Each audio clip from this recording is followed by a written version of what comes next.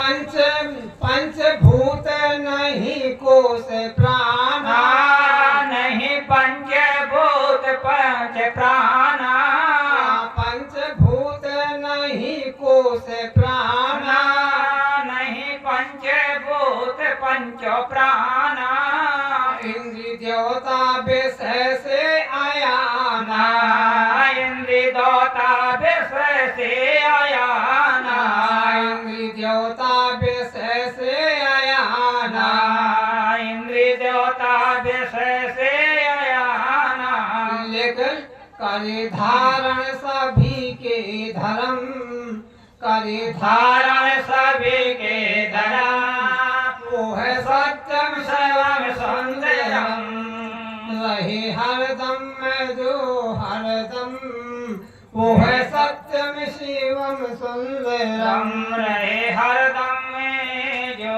हरदम, वही सत्यम शिवम सुंदरम। हाँ वही पंद्रह तो वो सत्यम शिवम कहते हैं कि पांच तत्व हैं वो, और पांच कोष होते हैं, ना पांच कोष हैं ना पांच प्राण हैं, और ना इंद्री से जाना जाता है न विषयों से जाना जाता है, सबसे अछूता है, बल्कि वही सबका जानने वाला है।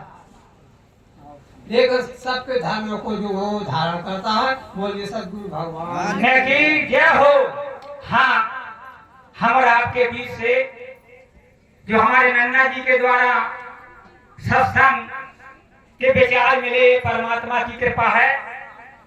वास्तव में उन्होंने बताया कि सत्यम शिवम सुंदरम अस्ति भाति सच्चिदानंद, ये सब ब्रह्म के लक्ष्य है। तो कहा है, उन्होंने कहा ये सब में है और सबके धर्मों को ये धारा किए हुए है। कहा कि विषय करण स्वर जीव समेता सकल एक ते एक सचेता, सब कर परम प्रकाशक जोई, राम अनादि अवधिपति सोई। विषय जो पांच ज्ञान इंद्रियों के पांच विषय हैं, देवता होते हैं, पांच ज्ञान इंद्रियों के होते हैं, 14 देवता होते हैं, और करण जो ये हमारी इंद्रियां हैं, अंतःकरण अंतर के कर्म है, विषय करण स्वर जीव समेता सकल एक ते एक सचेता, एक दूसरे से सचेत है। किससे? सबका परम प्रकाशक जोई, राम अनादि अवधिपति सोई। ये माई बोल रहा है, ये लाइट जल रही है, किसकी सत्ता से जल रही है? जो जनरेटर से वो लाइट शक्ति बन रही है, उसी की सत्ता से ये सब बोल रहा है। इसी प्रकार से राम अनादि अवधिपति सोई, इस शरीर की तो अवधि है, बद है, और उसका बद नहीं, इसलिए उसको अवधपति कहा है। ये हमारे नन्ना जी के विचार थे। हमें फिर से ग्राम चिल्ली की तरफ जाते हुए अब मैं उनके लिए आदेश कहूं तो कह नहीं सकता, क्योंकि सन 88 से जब हमारी 17-18 साल की उम्र थी, तो हमारे गुरुदेव श्री जमुनादास जी ग्राम चिल्ली से है, प्रबंधक महोदय जी हैं, जिनकी छत्र छाया में पल करके उन्होंने सर्वप्रथम हमको पंचीकरण सिखाया, गीता पढ़वाई, विचार सागर, विचार चंद्रोदय, उन्होंने इतना दिया, साथ में उनका वर्णन करूं तो कर नहीं सकता, ये झूठी बात नहीं। उन्होंने मुझको इतने ग्रंथ दिए, मैंने वे ग्रंथ पढ़े, साथ में एक टाइम उठाना ही चाहूं तो उठा नहीं सकता हूं।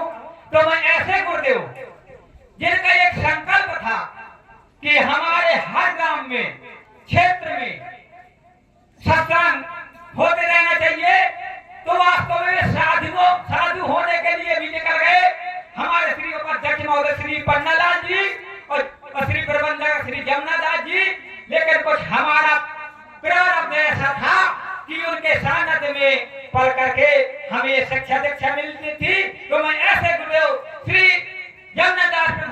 जमुनादास जी के चरणों में, प्रबंधक महोदय जी के चरणों में मैं निवेदन करता हूँ, प्रार्थना करता हूँ, और मुझे आशीर्वाद देने की कृपा करें, समाज को दिशा देने की कृपा करें। श्री प्रबंधक महोदय जी ग्राम चिल्ली। व्यवधान के लिए क्षमा प्रार्थी हूँ। समस्त भक्तजनों से करबद्ध प्रार्थना है कि सभी लोग प्रसाद पान करके ही जाए तो महान दया होगी, और मिल करके ही जाए, यही आपसे अनुरोध है। देने हैं प्रार्थना वंदना। धन्यवाद। हाँ, आचार्य जी की बात सभी जने जन स्वीकार करें। बड़ी अच्छी उनकी भावना है, भावना की भाव से बेड़ा करती है। तो अब मैं अपने प्रबंधक जी से निवेदन करता हूँ कि हमें आशीर्वाद के साथ देने की कृपा करें।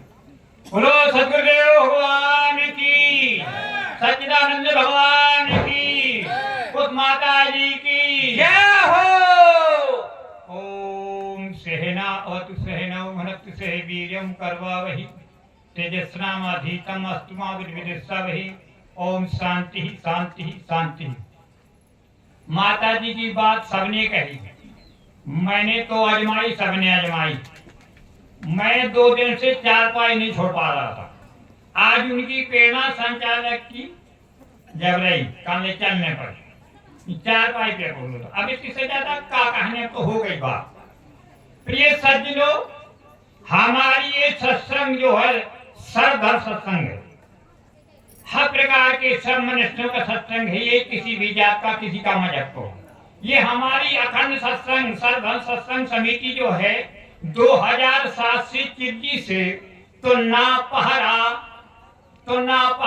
उमरिया, अमून, कछुआ, जनखुरी, एटेरिया, नदना, बाफर अपनी अपनी तारीखों में हर जगह चल रही है। इसकी सबसे बड़ी विशेषता ये है कि सब मजहब, सब गुरुओं के शिष्य एक साथ बैठ करके उस सत्य का विचार करते हैं।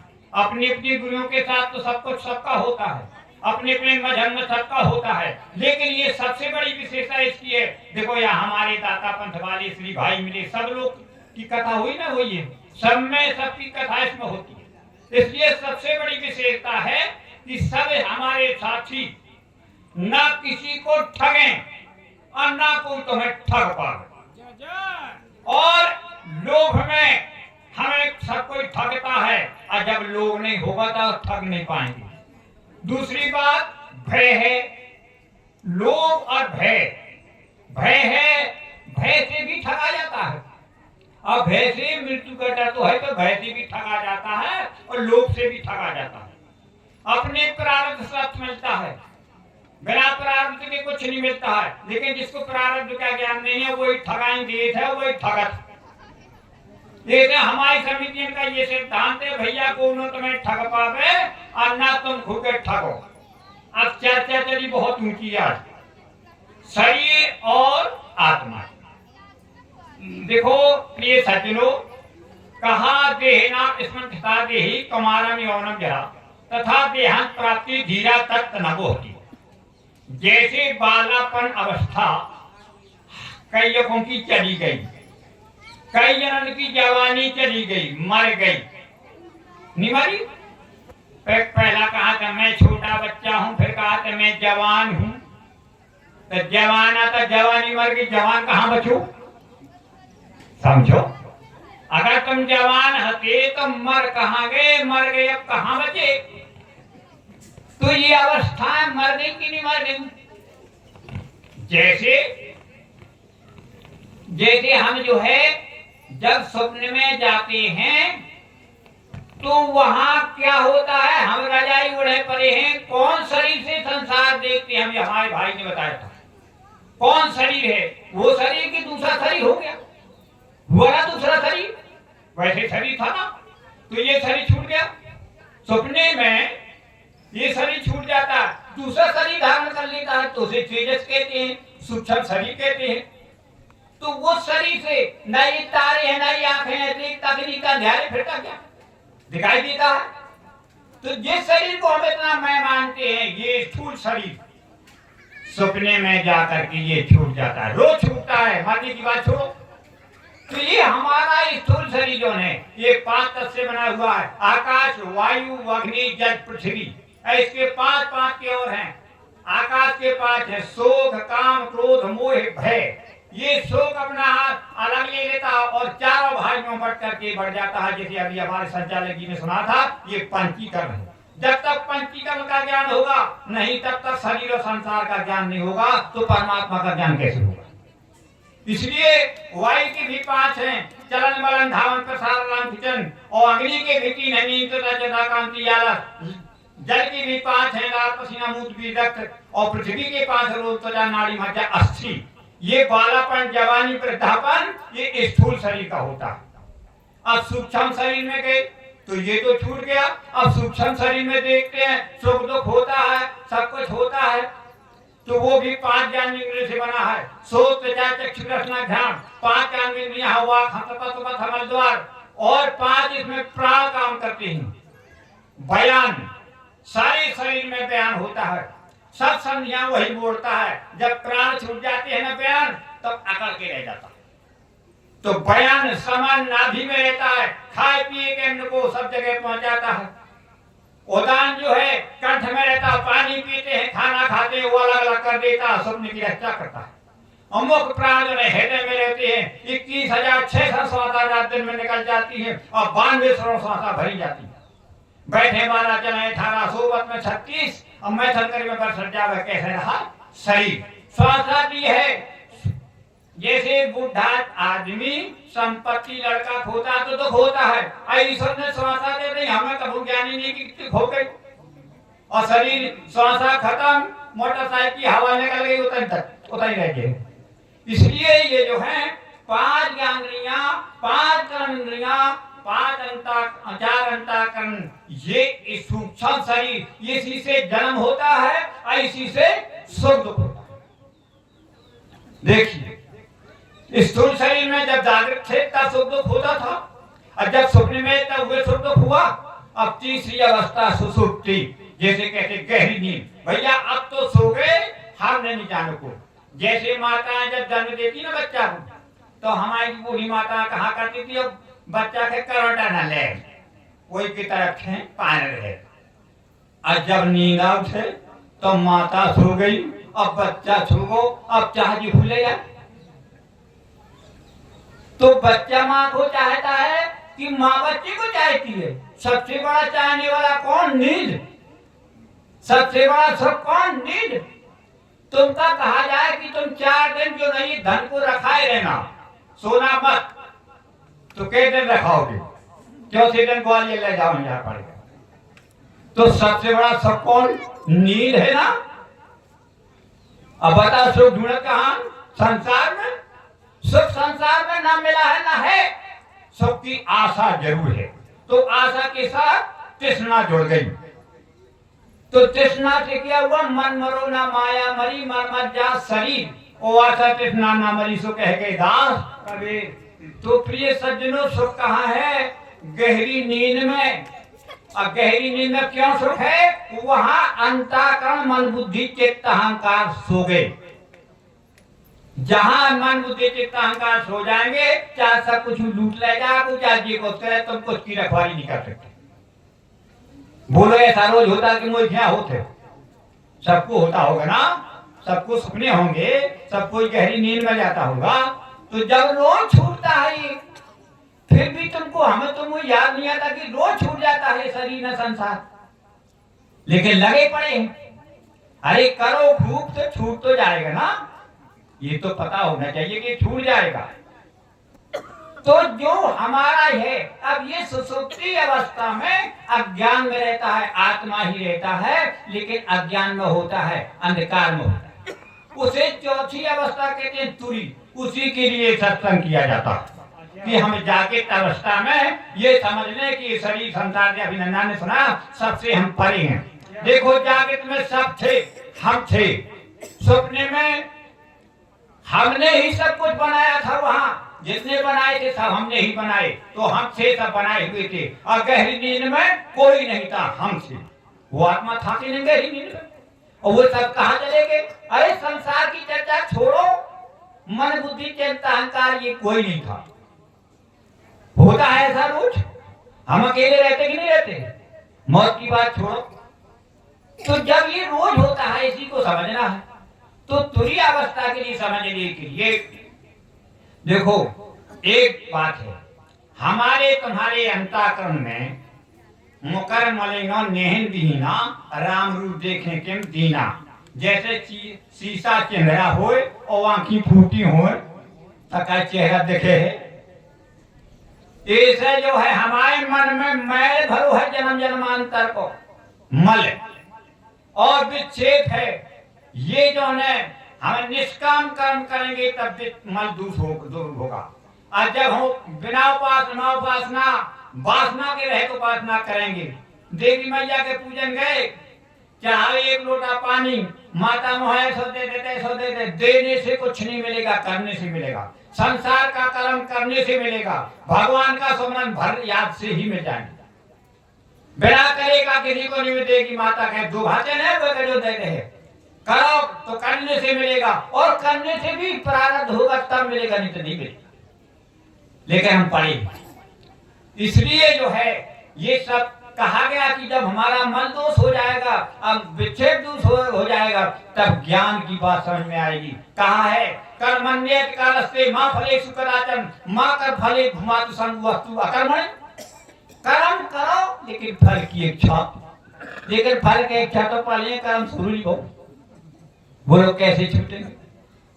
योगस्थात्म कर्माणि संगम त्यक्त्वा धनंजय सिद्धि सिद्धो समुता समतम योग छूटे। देखो प्रिय सज्जनों, शरीर और संसार, परस और प्रकृति, परस और प्रकृति दो हैं। जब पुरुष प्रकृति के साथ संबंध जोड़ लेता है तो प्रकृति क्रिया पुरुष का कर्म बन जाती है। जैसे हम छोटे होते हैं तो हम किसी से नहीं कहते कि हमें टट्टी जाना कि पेशाब जाना, तुरंत कर देते। ये क्रिया हो रही थी, क्रिया आज भी हो रही है, लेकिन कहता मैं करता, ये कर्ता बन जाता है, इसलिए भोक्ता बन जाता है।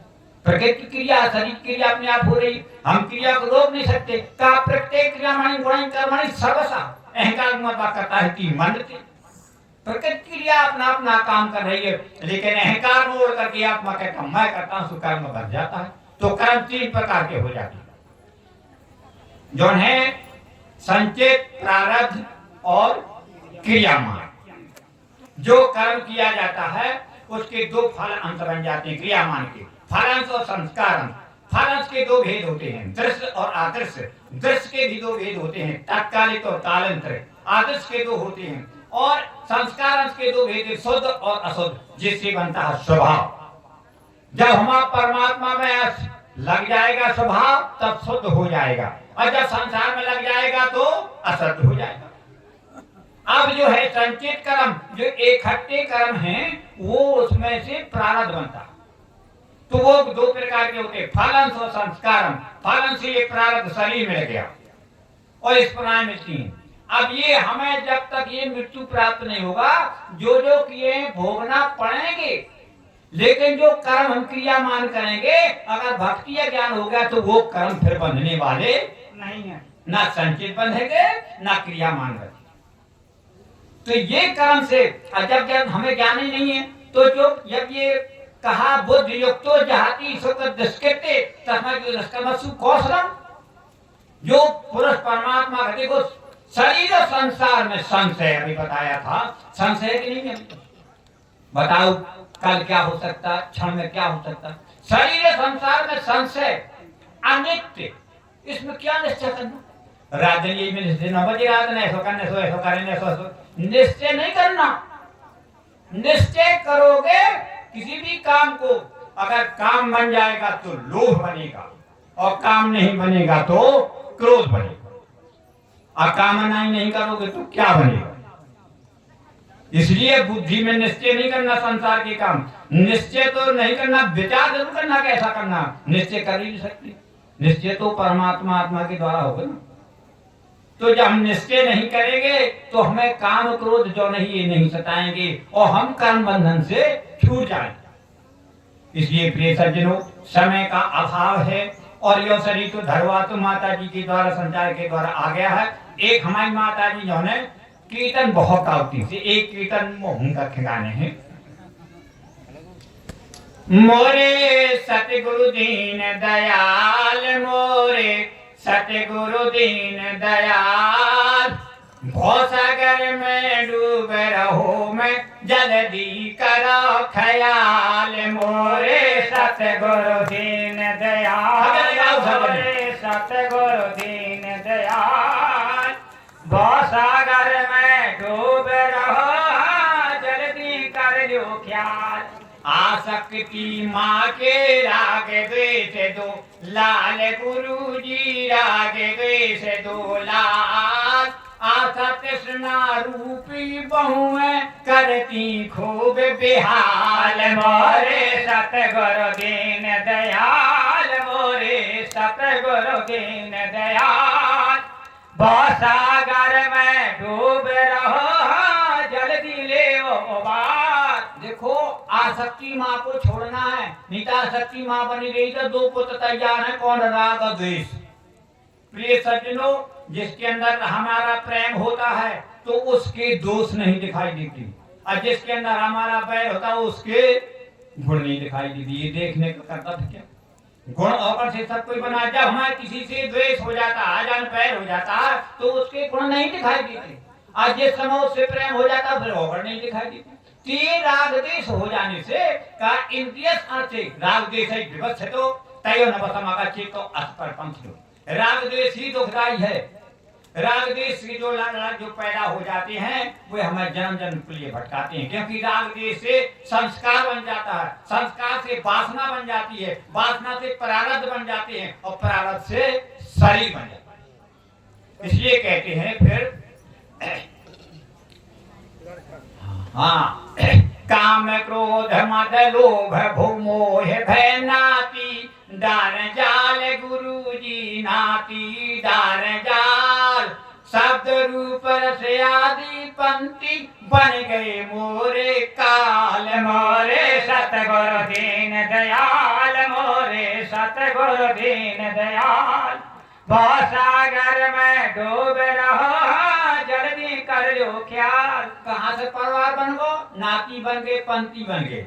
अब तीन गुणन से रिश्ता जुड़ गो, फूफा जीजा साल गुरु जी फूफा जीजा साल ओ हंकार ओ बनो मोसिया खूब बजा भे गाल मोरे सतगुरु दीन दयाल मोरे सतगुरु दीन दयाल भवसागर में डूब रहो जल्दी कर लो ख्याल। यो है कर मोसिया या कर मोसिया के बहुत चलत है, जैसे यो गाली बजाऊ रहा है।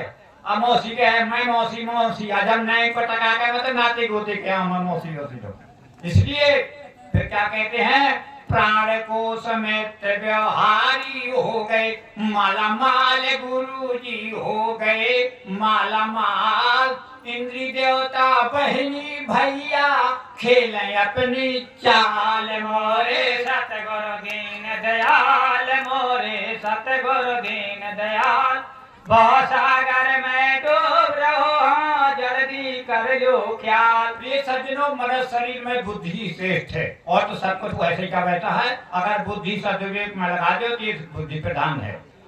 बुद्धि घटती घर वाली मन चंचल लो पाल गुरु जी मन चंचल लो पार कई जन्म से परो पछारू अब हम कर कमाल मोरे सतगुरु दीन दयाल मोरे सतगुरु दीन दयाल भवसागर में डूब रहो जल्दी कर लो ख्याल। एक जो है दो मजदूर बेचारे खाई जा रहे, मैं देखने गया खेत तो परे आराम करते, मैंने कहा भाई आराम कर रहे, कहा हाँ प्रबंधक जी आराम कर रहे हैं। मैं कि मन से कहा तो कि शरीर से कहा के मन से तो सुलाते तौर हो जाए, मन से आराम कभू नहीं मिलने, अब मन ही तो कमाला करें फिर थे शरीर तो थक गए, थक के बाद छूटो ये है पर मन को इलाज न हो तो जन्म जन्म लोग कर्म भोगवा है। इसलिए मन किया यहाँ दवाई होत है, शरीर के दवाई हो बैठ खाने में डॉक्टर के यहाँ सदगुरु वैद्य वचन विश्वासा संयम यह न देते कि यहाँ सदगुरु की दवा हो रही है।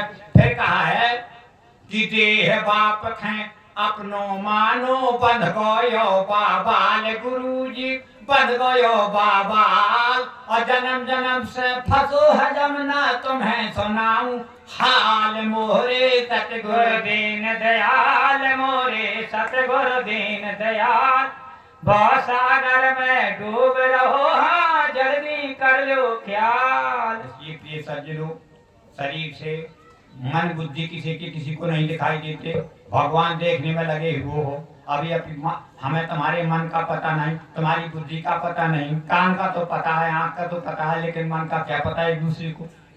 तो मन का पता हम ही करेगा और हम ही अपने को सुधारें। कौन कहे का से कहूँ तो समझे ना, कहना सुनना समझना मन ही का मन मान। बोलो सतगुरुदेव भगवान की जय हो, सभी सत्संग समाज की जय हो।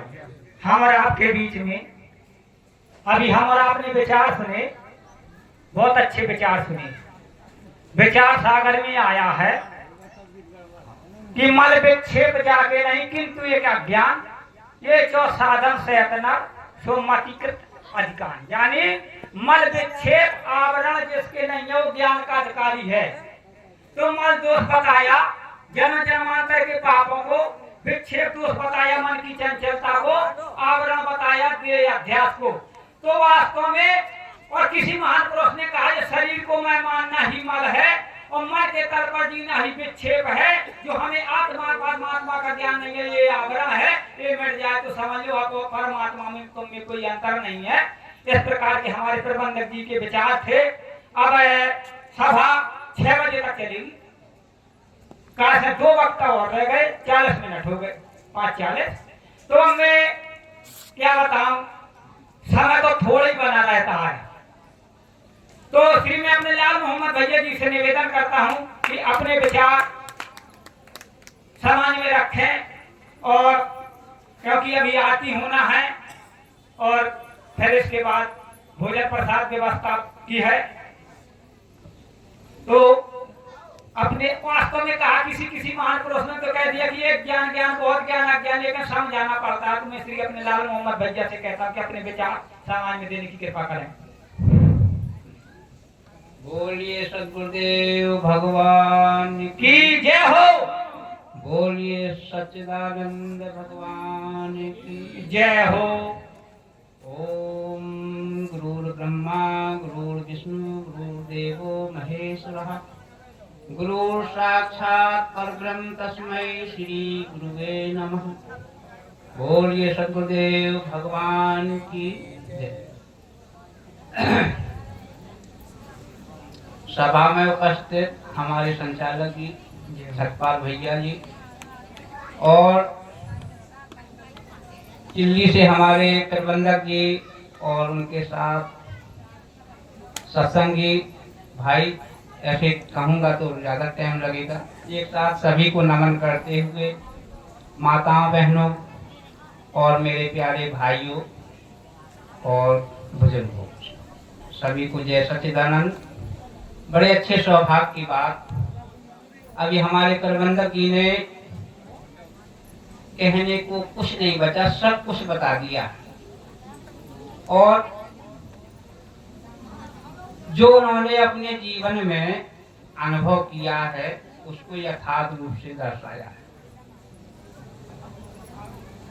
और होना भी यही चाहिए कि जो अपने आप में जो आपको प्राप्त हुआ है वो बांटें, वो दें, लोभ ना करें। क्योंकि जब ज्ञान हो जाता है तो उसको देना अनिवार्य है।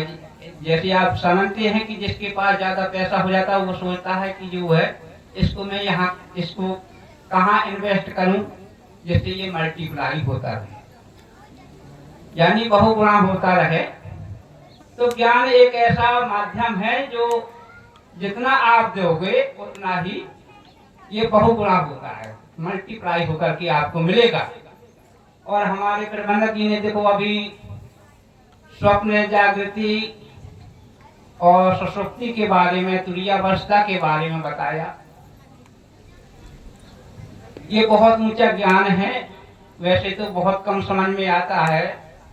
जब तक इसका वो ना हो, बात पारता हो सदगुरु के ही उपदेश से, ये इसको समझ में आता है। जैसे बताया कि स्वप्न, जागृति, सुषुप्ति और तुरिया। तो स्वप्न अवस्था में तो जो है और जागृत अवस्था तो आपने सब समझ लिया होगा, इसलिए समय का अभाव है, मैं ज्यादा नहीं कहूंगा। ये बाद में उन्होंने एक शब्द कहा, सतगुरु वेद वचन विश्वासा, संयम यह नहीं विषय किया। सतगुरु क्या है? वेद हैं, और वचन उनके क्या है? विश्वास के साथ करने से संयम यह ना विषय की आशा। एक बार एक संत जी प्रवचन कर रहे थे, उन्होंने यही कहा, जैसे अभी हमारे प्रबंधक जी ने बताया, सतगुरु वेद वचन विश्वासा, संयम यह नहीं विषय की आशा। एक बूढ़ी माता जी जो है सत्संग सुन रही थी, उनको ध्यान आया, वो सेक्ट से जो है घर गई और दवाई खा के आ गई। संत जी ने पूछा, क्यों माता जी कहाँ गई थी?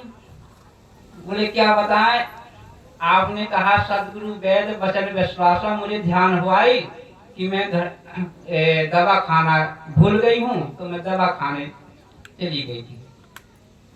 तो इशारा कहाँ कर रहे हैं और मनुष्य कहाँ समझ रहे हैं? इशारा उनका क्या है? वचन विश्वासा, उनके वचनों पर विश्वास के साथ चलो जो उन्होंने वचन बताए हैं। लेकिन हम लोग समझ कहाँ रहे हैं कि हम दवा भूल गए, ये शारीरिक स्वास्थ्य के लिए। लेकिन आध्यात्मिक स्वास्थ्य के लिए हमको, आध्यात्मिक पद के लिए उनके वचनों पर विश्वास करना पड़ेगा। और जैसे आपने समझा होगा, रामचरितमानस में सीता जी जब वो गई अनुसुईया की आश्रम में, तो उन्होंने क्या बताया? अनुसुईया जी ने एक ही धर्म एक व्रत नेमा, और काय वचन मन पति पद प्रेमा। अब आज के समय में ये अगर सासू माँ कह दे कि एक ही धर्म एक व्रत नेमा और काय वचन मन पति पद प्रेमा, तो समझो कि 440 का वोल्टेज का करंट लगेगा। और यदि माता जी ये कह दे एक ही धर्म एक व्रत नेमा और पति पत्नी तुम जाओ सनेमा, तो समझो माता जी तो बहुत अच्छी हैं।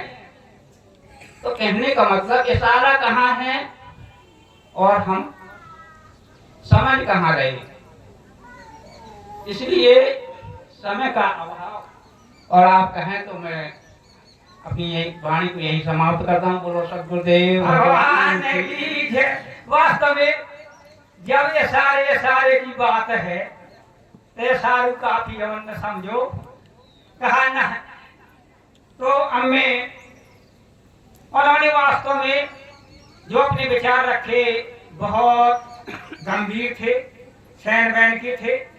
अब मैं आगे की खड़ी को जोड़ती है, जो ग्राम नदना से हमारे प्रधान जी आए हैं, मैं उनसे निवेदन करता हूँ, प्रार्थना करता हूँ, और हमारे आचार्य जी भी व्याकुल है क्योंकि व्यवस्था दूसरी देखना है। लेकिन अब मैं सभी वक्ताओं से प्रार्थना चाहता हूँ, एक दोष मेरा है जो मैंने संचार की अच्छे ढंग से नहीं कर पाई, तो मैंने सब वक्ता भी नहीं निपटा पाए और समय भी सब चला गया। तो प्रधान जी यहाँ और शीघ्र आशीर्वाद का काम करें और तब बड़ी अच्छी कृपा चूरन बना के दो। सदगुरु को बार